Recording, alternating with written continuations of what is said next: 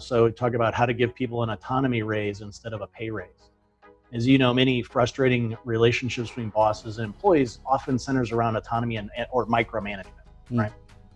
And so one of the questions I encourage people to ask is, both as leaders, or the reverse shift is to ask our leaders, is on a scale of 1 to 10, how much autonomy do you think that you've granted?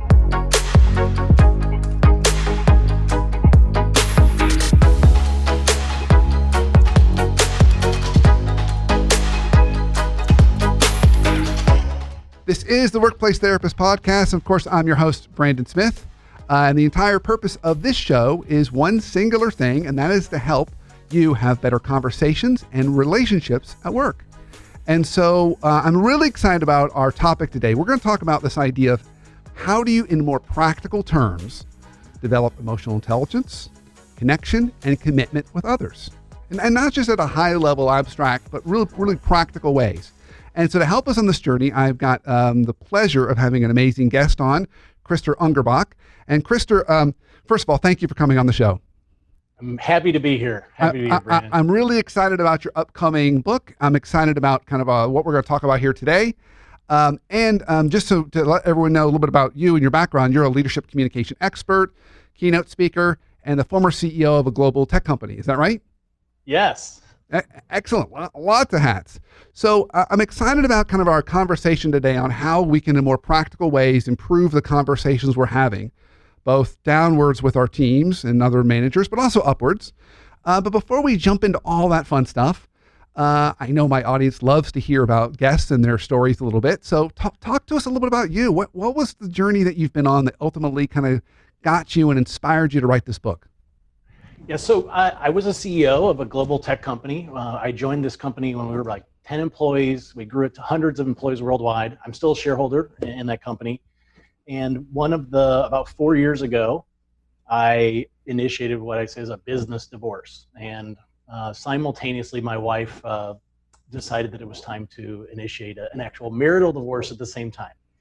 And I found myself at the YMCA and a woman asked me, "Who's your emergency contact?" And I broke down crying because I had no one. And so I had started reading business books when I was like 12, 13 years old because I wanted to make my dad proud and be a great leader in business. And admittedly, I'd achieved a fair degree of success. I mean, we grew a $30 million company. And when I started, but I said, like, something must be wrong. Like no one wants to follow me. And so I was in a family business. Ultimately my business divorce was with my family members, my father primarily. And I started looking outside of the business world, going to a lot of things kind of more in the therapy world. I discovered Dr. John Gottman's work, who I'm sure you're familiar with, the marriage researcher who can predict divorce with 94% accuracy after observing a couple talking for 20 or 30 minutes on camera. What struck me was his prediction model for divorce would have predicted every business divorce, the one with my father, not only of course, my marital divorce, but every business executive that I had fired, salespeople who'd left and gone to the competition. And so I was inspired to say, well, what if this marital research and marriage communication research could be applied to working relationships, and also take some of the best practices from the business world and apply them to create great families. And that was really the birth of the talk shifts. And so the other side is I've been an engineer, so emotional intelligence was not something that really came naturally to me.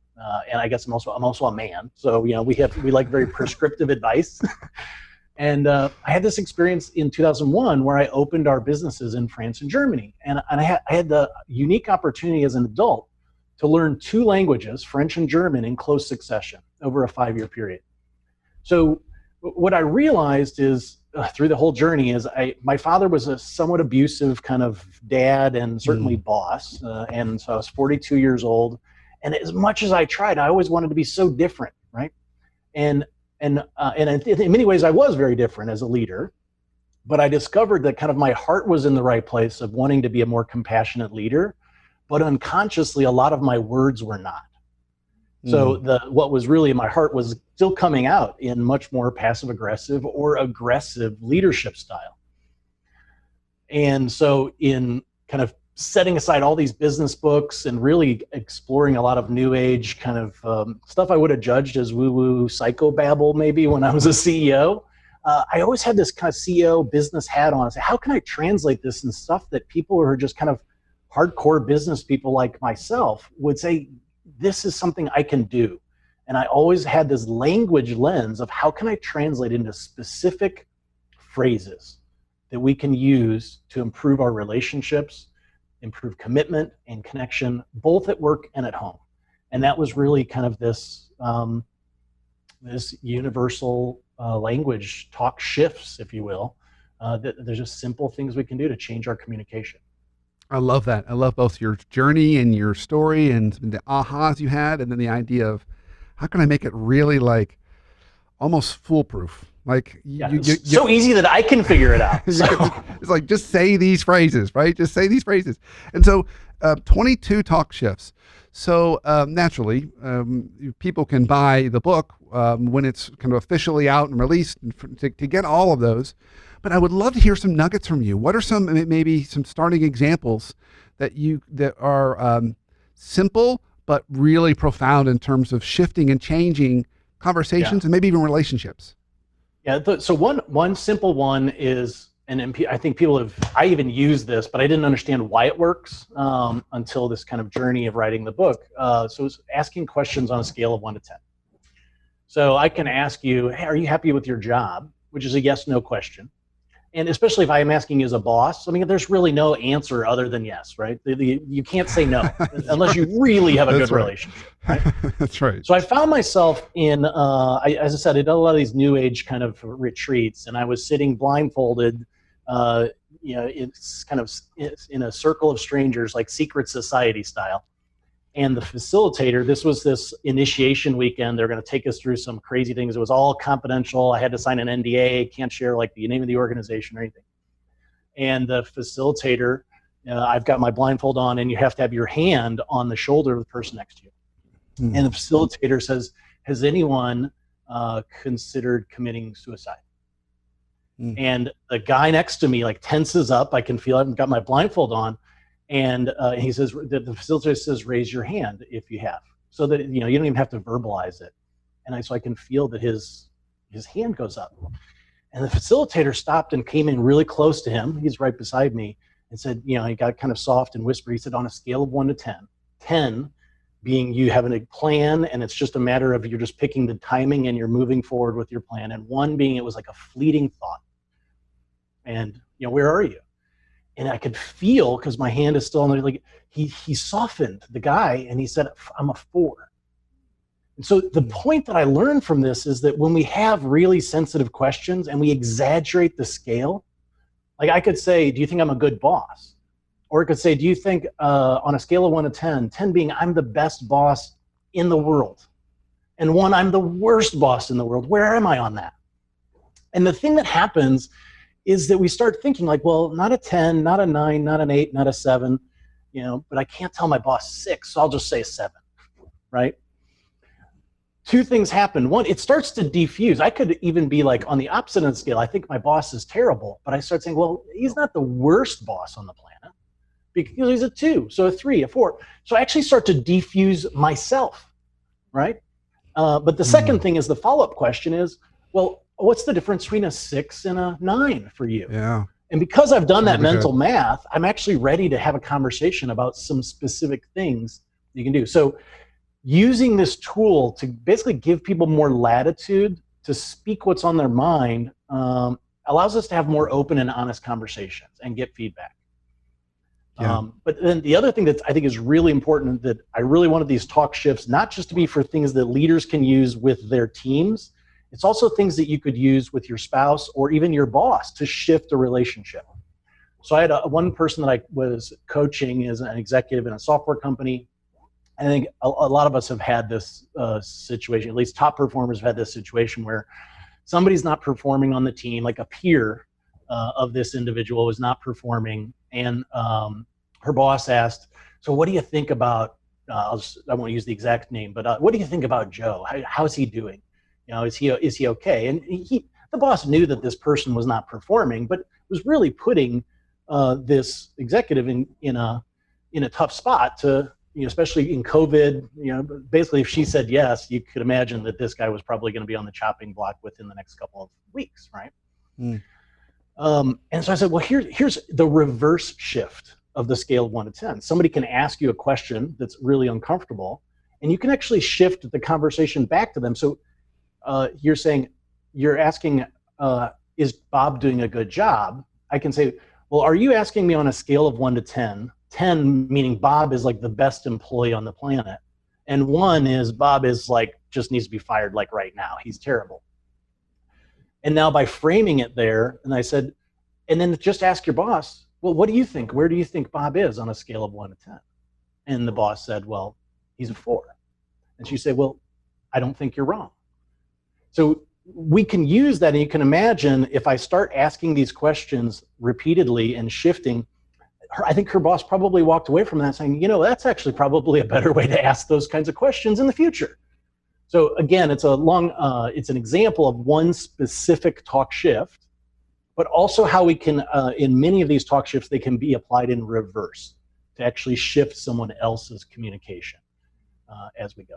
Yeah, I love that example, and I love all those examples, and I love that this idea because it's like a great way to enter into a more delicate or sensitive conversation, and soften it, make it a little more inviting, and then also even identify a path forward, because you're asking the question of what's the difference between a 7 and a 9, for example. So rather than yes or no, it's helping us to soften and then path forward. That's beautiful. And because of these.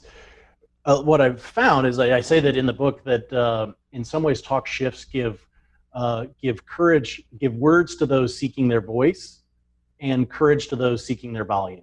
Right. So if I say, "Am I a good boss? Yes or no?" Like I'm not really giving you the words to actually voice to me the tough conversation. Right.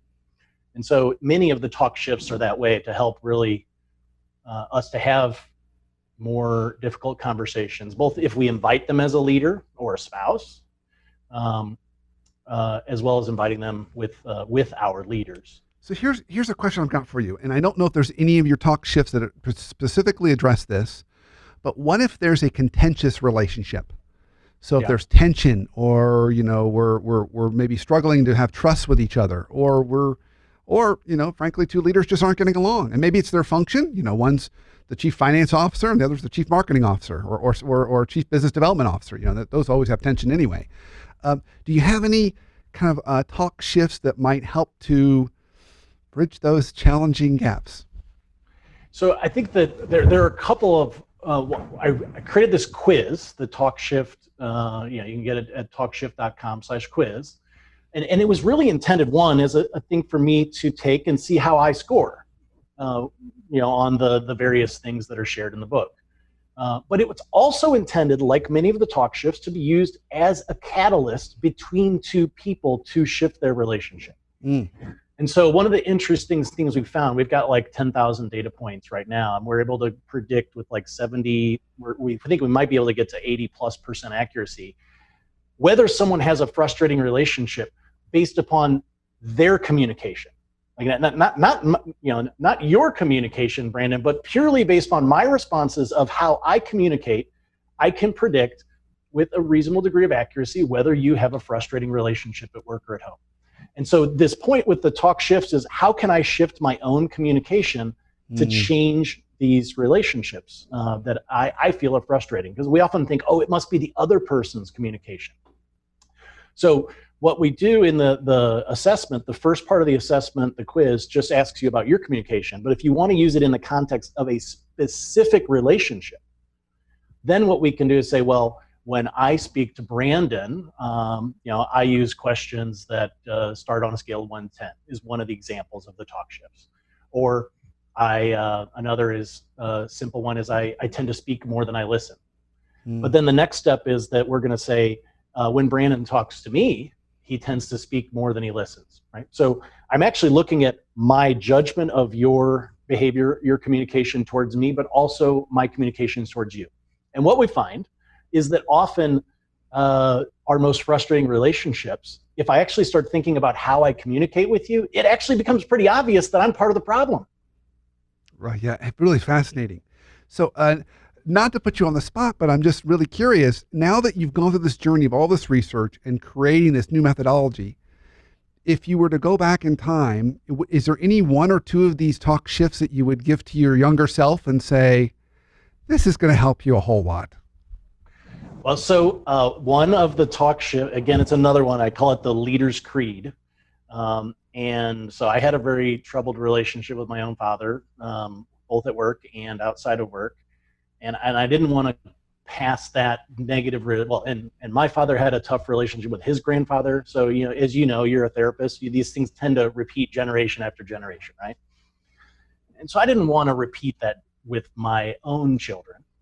So I thought, could we come up with 10 statements that if I sat down with my son on Father's Day and just asked him on a scale of 1 to 10, how am I doing on these things, that would pretty much insulate and almost ensure that, assuming I try to get better every year, that I won't have a difficult relationship with my son. And so I called it the Leader's Creed. Now, the other thing that going into that is my assumption was that those same 10 behaviors that make great fathers or mothers or husbands or wives are actually the same 10 statements that make great leaders at work.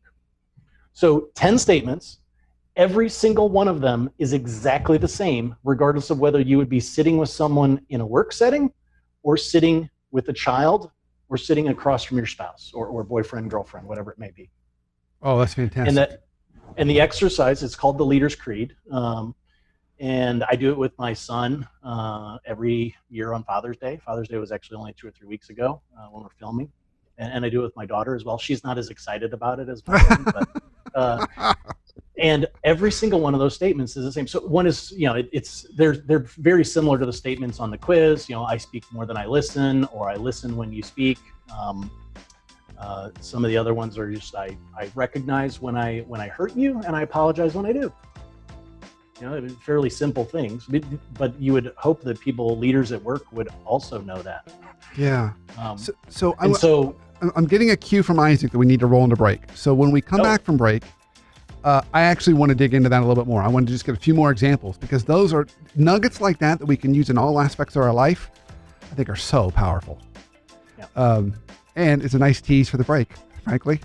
So everyone, stay tuned when we get back. Krister's going to reveal a few more of those statements that we can use both with family and friends and colleagues, frankly, that'll help us improve how we not only grow as people, but continue to nurture those relationships. So stay tuned. We'll be right back.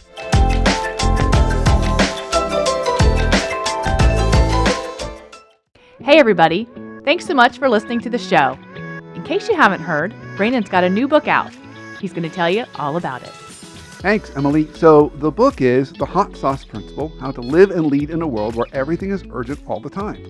And if you're like me, and like most of us, everything does feel urgent all the time. It's like hot sauce is being poured on everything, whether it's our work life, our family life, coming from our clients, coming from our boss. And so the book is a practical guide on how do we manage urgency. Not only how do we set proper boundaries, but how do we properly create urgency when we need to. So I wrote the book for you. I can't wait for you to get a copy. Thanks, Brandon. Don't forget to check out The Hot Sauce Principle, available now on Amazon.com. Back to the show. Welcome back from break. Of course, this is the Workplace Therapist Podcast. And right before the break, my wonderful guest, Krister Ungerbock, was sharing some different phrases we can use, both at home with our children, but you could use it with your spouse, colleagues. And you had 10 there, Krister. You talked about them being kind of the Leader's Creed. So you started to share some. What are a few others of the 10 that you find to just be really powerful conversations to kind of keep us on track, accountable, and just kind of shift those relationships? Yeah, so another one is I acknowledge what went right, even when things go wrong. I think when I was a leader, I realized that I was always the one who tried to tell people at work, they may have got a 99% on the test, some exercise or project that I've given them, but I thought my job was to tell them about the 1% they did wrong. And for the most part, I wouldn't even tell them about the 99% they did right. Wow. So what I found is this is one of those things that I was doing in my personal relationships just as much as I was doing at work. And admittedly, that was something I inherited from my father, and he probably got it from his grandfather. So that one was, and I should be clear that these leaders' creed, these are just general statements to test and start shifting the relationship. After you ask each one, you say on a scale of 1 to 10. So I asked my son on a scale of 1 to 10, how are you doing?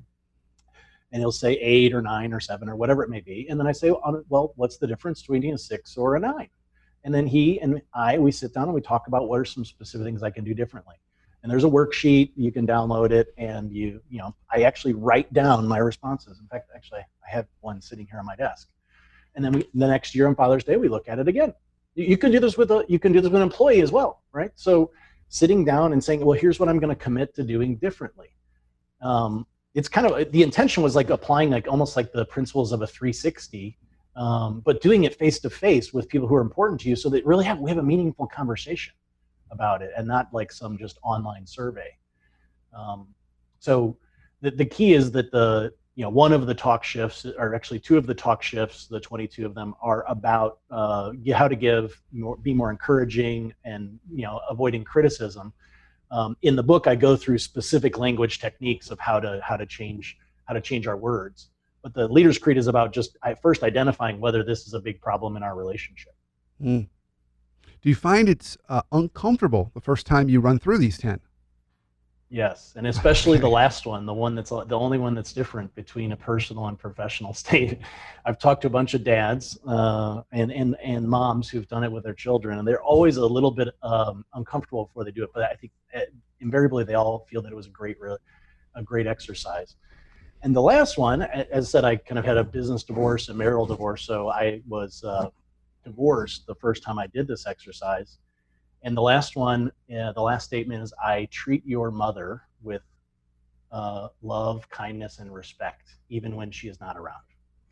And my son, so I said on a scale of 1 to 10, how did I do? And my son said 9. And that for me was probably one of the proudest moments after my divorce. Because what I recognize is that what I know, and as a therapist, is that regardless of whether we're married or not married to the mother or father of our children, the way that we treat that individual, the mother or father of our children, becomes the default setting of what our children will expect and accept in their romantic relationships. So while it's not great that I'm no longer married, that doesn't mean that I want to pass a bad expectation of what romantic relationships look like to my children.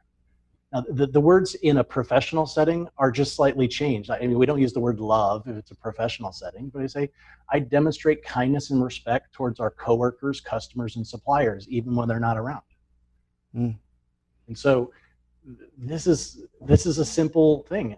The thing that happens is, rather than doing a 360 where somebody's responding to like an online survey, Brandon, if you and I sit down across a table and I say, I as the leader, I demonstrate kindness and respect towards your coworkers, our customers, and our suppliers, even when they're not around.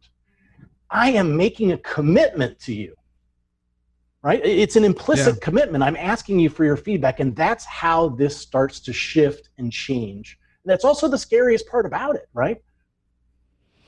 Most 360s will say, Brandon, in your judgment, does Krister give a lot of positive feedback? But me sitting across the table from you and using the words, Brandon, I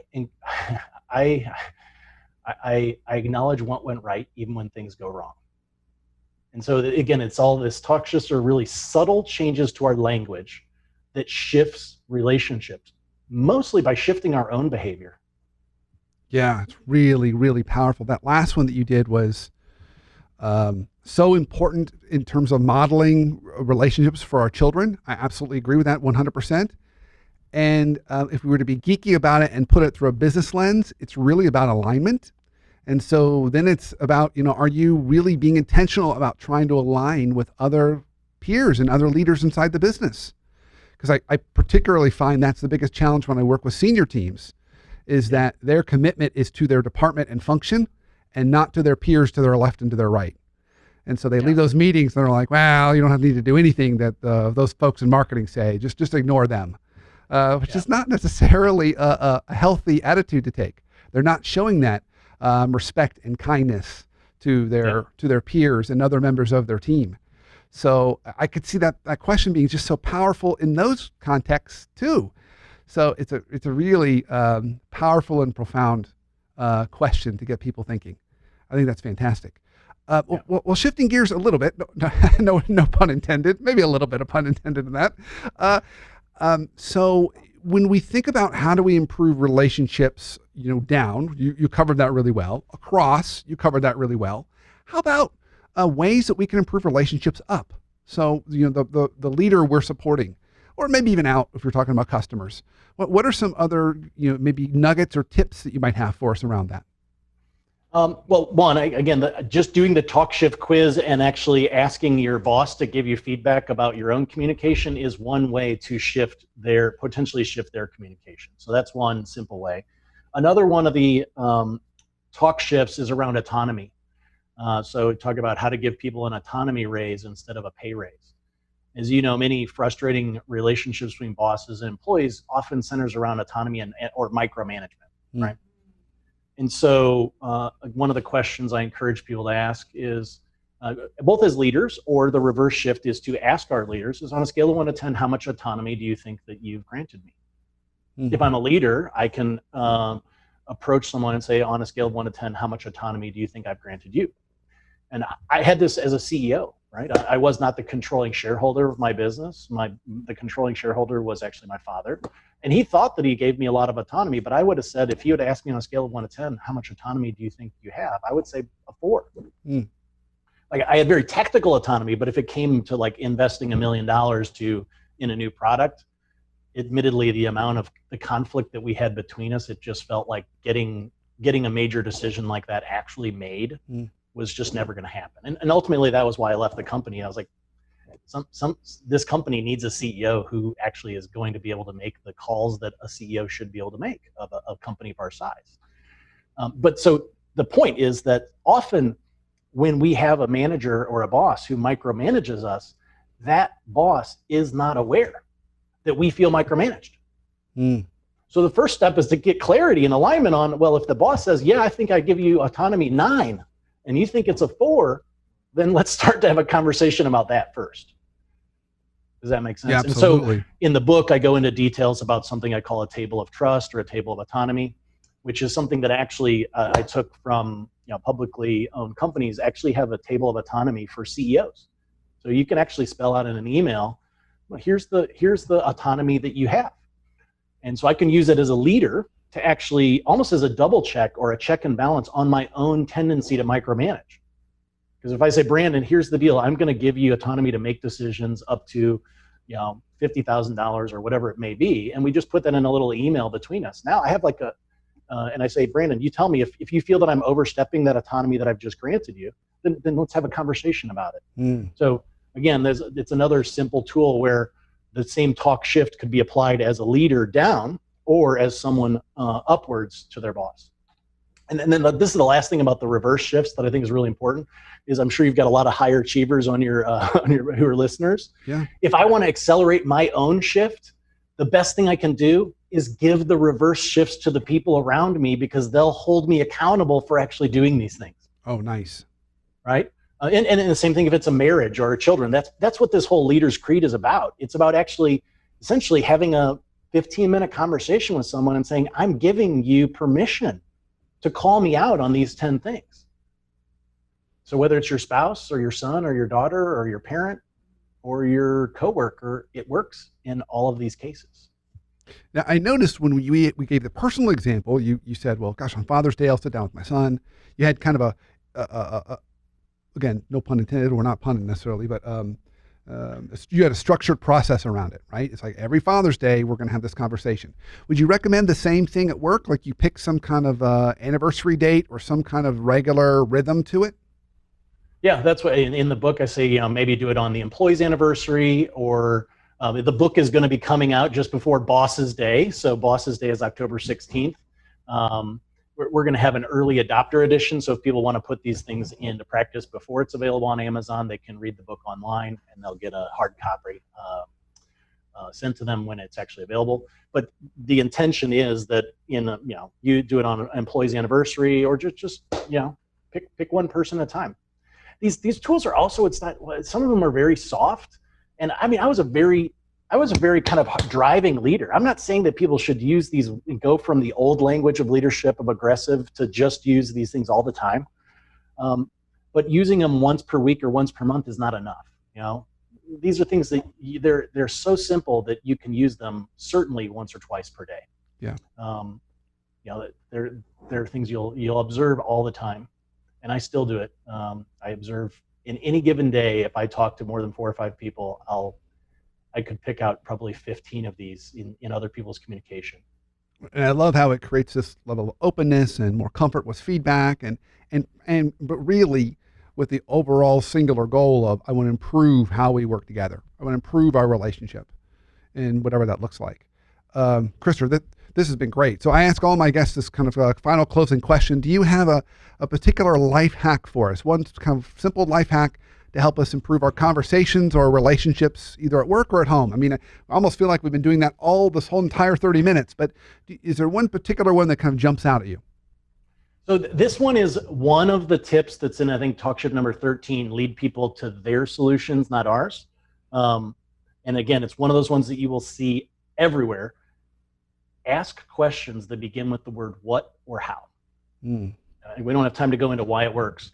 But if you start just observing when people ask questions in meetings, and you just say, did they start the question with the word what or how? And you'll find that almost any bad question, maybe not bad question, if you start a question with the word what or how, it will almost always be in a more effective question than one that does not. That's a great tip. Because it takes any question and basically forces it to be an open-ended question. So if we want a deeper question, even like the question we said, am I a bad boss? If I change that to a what or a how, I can say, what could I do to be a better boss? Yeah. It feels more like, those feel like more like invitations or solutioning rather than a judgment statement, for example. Yeah. And so as you go through this is one of the examples of a talk shift that if you start, almost like I used to do this when I was learning French and German, I would like observe the words that I was saying in French and German, almost like as if there was somebody on my shoulder kind of observing my own words. When you observe the questions you ask or that other people ask you, and you just see, like, you'll start to see this happen, tens of times per day. Now I know you're a podcast host, so of course you already know how to ask good questions, but you'd be surprised at how infrequent people have used this simple tip. I think it's a beautiful, easy tip that you can grab a hold of. So speaking of kind of you, and since we're getting here to the close, if people want to learn more about you, pre-order a copy of the book, in anything else that might be beneficial to kind of helping this book launch and get off the ground, where can they go? The best is to go to talkshift.com. Make sure you have the F in there. Talkshift.com/quiz. And from there, you'll get redirected if you're interested in buying the book, and the questions, it'll tell you whether you score in the top 25% or the bottom 25% of all the thousands of people that have taken the quiz. And you'll get redirected to a page where you can download some of the other things that I talked about on the podcast, or of course purchase the book. I will admit, I will mention one thing. The last thing about the book is the book was written to be read with someone. So maybe not with your boss, but if you have an accountability partner at work or a friend, or if you want to improve your relationship with your spouse or an adult child. The book actually, what transformed my relationship with my father was when I actually read him the book aloud. And about chapter 19, he said, wow, I had no idea how my words had a negative impact on you. Wow. And so, as I said, the goal was to really to build a business book that met business leaders where they are at the business section of the bookstore, but give them tools to transform not only their relationships at work, but their relationships at home. And that's the part that when I'm touched most is when someone emails me. I've had like 400 beta readers read the book, and somebody said that to talk shifts transform their marriage. And that was ultimately what this book is all about. That's great. Parents, I'm so glad you ended that happy note with your dad. That's a nice kind of positive way to end it. Well, Krister, thank you. This was amazing. I thank you for all your practical tips and your effort into kind of putting this gift out into the world. And thank you for listening and watching the show. Of course, continue to rate, review, and subscribe on iTunes so we can grow our tribe. And until the next show, have a great week and an awesome life. Bye, everybody.